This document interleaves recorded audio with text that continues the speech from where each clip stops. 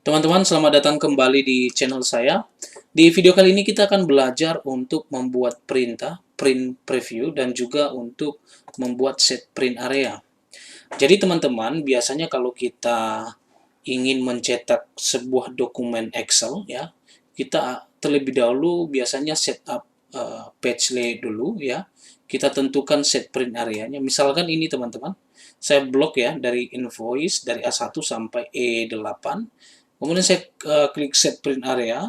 Ini ada di page layout, print area, kemudian set print area. Ya, artinya ketika saya mau mencetak dokumen ini, maka yang akan tercetak adalah bagian ini. Ya. Kemudian kita bisa melakukan beberapa pengaturan yang lain, teman-teman. Biasanya kita bisa buat orientation-nya itu landscape, ya, margin juga kita bisa atur. Kemudian bahkan kita bisa atur width dan height, ya. Artinya ini apakah kita mau membatasi ini hanya satu halaman, ya, lebarnya? Apakah kita mau tingginya itu harus satu halaman atau berapa halaman, ya? Ini ada banyak pilihan. Biasanya itu supaya cetakannya itu tidak terputus-putus, teman-teman, ya. Oke, itu mengenai set print area.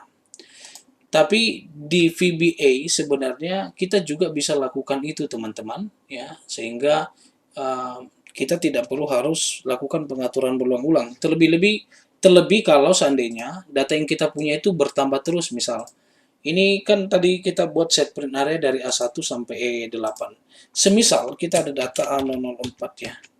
Misalkan 1106, misalkan. Ini bank, ya. Ini 50 juta misalkan, ya. Kalau seandainya data ini bertambah, maka otomatis teman-teman set print area ini kita harus atur ulang. Kenapa? Karena yang akan tercetak hanyalah nanti bagian sampai A003 ini, teman-teman. Jadi kita harus setup ulang lagi, ya. Kita harus set print area sehingga nanti yang data yang baru masuk ini bisa ikut tercetak. Nah, ini cukup merepotkan kalau kita lakukan manual, teman-teman. Jadi makanya di dalam VBA itu kita bisa lakukan perintah ini dan dia set print areanya itu langsung otomatis berubah ketika data itu bertambah. Ini saya hapus dulu, teman-teman, ya. Oke, kita coba, teman-teman. Kita buka langsung aja ini VBA-nya. Saya insert modul, ya. Saya tulis di sini print preview, ya. Oke, yang pertama kita lakukan itu adalah untuk print preview, itu perintahnya adalah sheet 1, ya. Kita mulai dengan worksheet dulu, kemudian langsung print preview, ya. Kita coba aja, teman-teman. Kita run, ya. Ini dia print previewnya. Ini sudah langsung kondisi rapi, ya, teman-teman. Oke, ini close. Sekarang yang menjadi pertanyaannya, bagaimana caranya supaya data yang kita miliki ini ketika bertambah maka set print area-nya akan berubah. Itu yang akan kita atur sekarang, teman-teman. Oke, bagaimana cara mengatur set print area? Oke, kita lakukan set print area. Oke. Jadi teman-teman, yang kita perlu lakukan itu adalah page setup, ya. Jadi caranya gini, sheet 1 titik page setup. Ini ada banyak sekali yang bisa kita lakukan dengan page setup titik. Ini pilihannya banyak, teman-teman, tapi yang akan saya bahas di sini yang umum saja yang biasanya dilakukan. Pertama itu adalah pilih print area, ya, print area. Oke. Setelah ini, teman-teman, sama dengan teman-teman silakan masukkan range-nya.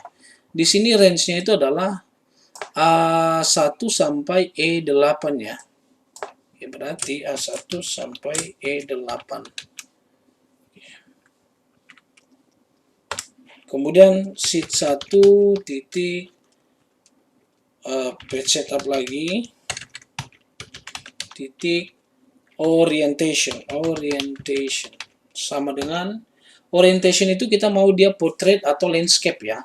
Tadi kita pilih, kalau lihat dari tabelnya sih ini lebih prefer ke landscape ya teman-teman. Jadi silahkan pilih landscape. Oke. Kemudian sheet 1 titik page setup titik center vertically ataupun center horizontally ya. Artinya teman-teman, nih saya coba Ctrl P dulu. Ini silahkan dilihat. Ini kan dia sebenarnya ke kiri ya teman-teman. Dia rata kiri. Ini kita bisa buat data ini berpindah ke tengah ataupun dia tengah secara vertikal ataupun horizontal ya. Nanti kita lihat supaya lebih rapi sebenarnya. Kita buat ini false, artinya dia tidak center vertically ya. Vertical itu atas ke bawah ya. Tetapi kita mau dia page setup titik center horizontally ya. True. Jadi kalau kita buat true, maka itu artinya dia akan center horizontally. Kalau kita buat false, maka dia tidak akan center horizontally. Oke. Selanjutnya, pengaturan yang lain adalah sheet 1 titik page setup paper size ya, teman-teman. Paper size ini ada banyak ya. Di sini kita bisa gunakan sama dengan XL. Ini teman-teman silakan pilih di sini. Saya akan menggunakan yang default ya. Artinya yang biasa digunakan itu adalah A4. Selanjutnya kita gunakan sheet 1 titik page setup titik zoom sama dengan false ya. Ini tidak bisa diperbesar. Kemudian yang terakhir adalah sheet 1 titik page setup titik fit to page width sama dengan 1. Artinya teman-teman, ini sama dengan perintah di sini tadi. Ini width. Ini mewakili ini. Kalau kita mau setting height-nya berarti tulisnya itu adalah sheet 1 page setup fit to page height ya. Ini yang kita atur itu width-nya. Kenapa kita perlu atur width ya teman-teman? Biasanya kalau di Excel itu kalau jumlah kolomnya terlalu banyak, ini misalkan ya teman-teman, saya langsung kasih simulasi ya. Biasanya kalau dia kolomnya udah banyak, misalkan yang kita mau print adalah ini. Oke. Nah, ini masih mending ya, dia belum terputus. Saya coba copy lagi. Ini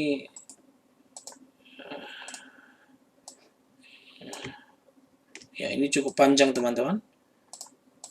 Ini hanya contoh ya, saya ingin kasih tunjuk kenapa kita perlu lakukan fit to page width ya. Teman-teman bisa lihat di sini terpotong. Si 2-nya itu sambungan teman-teman. Nah, ini kan sebenarnya membingungkan untuk membaca. Kecuali dia itu ke bawah. Kalau ke bawah artinya dia lanjut ke halaman kedua. Hanya saja ini lanjut ke halaman 2 karena kelebihan apa? Kelebihan ke kanan teman-teman. Ya, setelah invoice kan ini ada lagi nih, ada kode akun ya. Jadi ini sulit ya untuk dibaca begitu. Jadi makanya kita harus atur dia supaya satu halaman.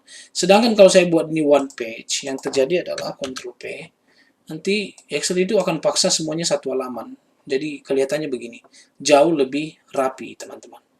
Oke, itu hanya informasi saja. Kenapa kita harus set up apa namanya fit to page width ya. Oke, ini yang terakhir ya teman-teman. Oke, apakah ini cukup? Saya rasa ini cukup ya teman-teman. Kita coba jalankan ini ya. Setelah kita setup ini, maka kita bisa gunakan perintah sheet 1 titik print preview. Ya, jadi ketika kita jalankan perintah ini, teman-teman, sebenarnya dia akan jalankan setup dulu, dia akan setting kertasnya dulu, kemudian dia jalankan print preview. Kita coba run. Nah, ini dia udah setup nih. Jadi teman-teman lihat ini posisi datanya kita ini, tabel kita ini ke kanan, ke tengah ya teman-teman, karena kita tadi center horizontally ya. Oke, ini dia. Jadi jauh lebih rapi. Pertanyaannya, bagaimana kalau datanya bertambah? Kalau ini kan dia sebenarnya dia statis ya, artinya dia nilai range-nya itu A1 sampai A8. Bagaimana kalau ada data yang bertambah di baris ke-9? Maka kita gunakan satu rumus ya teman-teman ya. Kita gunakan rumus mencari baris terakhir. Oke, kita dim row as integer. Di hampir semua kasus untuk VBA, kita biasanya paling sering gunakan rumus ini untuk mencari baris terakhir. Jadi teman-teman harusnya sudah bisa ingat ini ya. Bagi teman-teman yang belum paham, nanti silahkan dicari di video saya yang lain. Saya jelaskan lebih detail cara kenapa penulisan pencarian baris terakhir ini seperti yang akan saya tulis ini. Ya. Sheet 1, cells, rows, titik count, koma 1, titik n, XL up, titik row ya. Ini kenapa 1? Karena kita acuannya itu kolom 1 ya teman-teman. Jadi ini makanya ini 1. Jadi di sini teman-teman 8 ini yang bisa berubah, dia mengikuti dengan baris terakhir ya. Maka saya gunakan dan row. Oke. Jadi ini akan mengikuti. Kita coba dulu teman-teman ya. Kita jalankan ini dulu. Ya, ketika kita jalankan ini ada A003. Kita coba tambah data, apakah dia akan berubah. Saya tambah di sini A005. Ini random saja, teman-teman. Kita jalankan run. Ternyata A4 dan A005 ini ikut dicetak ya, teman-teman. Jadi jauh lebih gampang. Oke. Saya rasa ini cukup sebenarnya, namun dalam penulisan yang paling bagus, yang lebih profesional, sebaiknya kita gunakan beberapa pendeklarasian variabel, juga menggunakan with dan end with ya. Supaya nanti ketika code yang kita buat ini ingin di-copy di aplikasi yang berbeda, jauh lebih mudah teman-teman ya. Tidak perlu harus ganti semua hal. Misal ya, dim ws as worksheet. Bayangkan kalau teman-teman itu punya aplikasi yang lain dan kebetulan di aplikasi yang lain itu sheet yang mau digunakan sheet 2 ini harus diganti satu-satu teman-teman. Sedangkan kalau kita sudah set duluan ya, maka nanti yang diganti itu cukup WS ini aja ya. Jadi di sini kita ganti WS, ini WS ya, ini WS, ini juga WS teman-teman.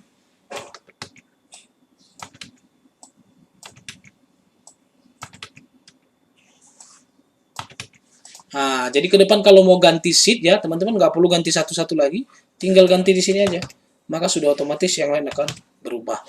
Yang kedua, ini kan ada pengulangan ya, ada page setup. Nanti teman-teman silakan belajar lebih khusus video saya mengenai with dan end with ya. Saya ada bahas lebih detail ya. Karena ini sebenarnya penulisannya ini kalau berulang kita harus gunakan with dan end with ya. Harusnya begini teman-teman. With, saya gunakan with ya. Setelah set print area, saya ini enter dulu ya, setup. Jadi ini saya tidak perlu ulang teman-teman.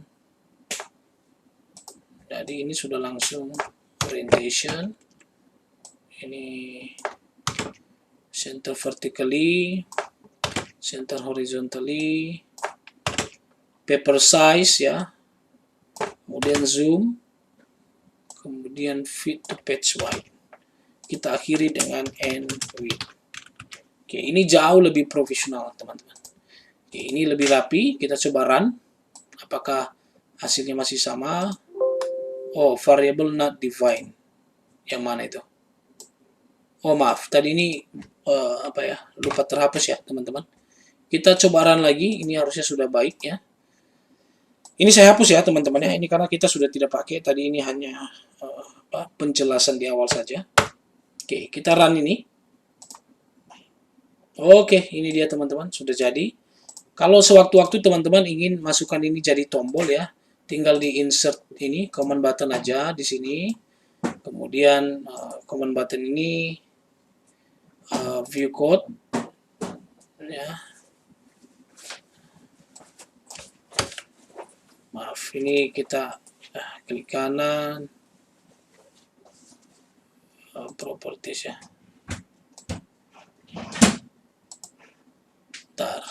Klik kanan view code ya. Jadi teman-teman tinggal copy yang ini tadi, itu dimasukkan di dalam perintah command buttonnya.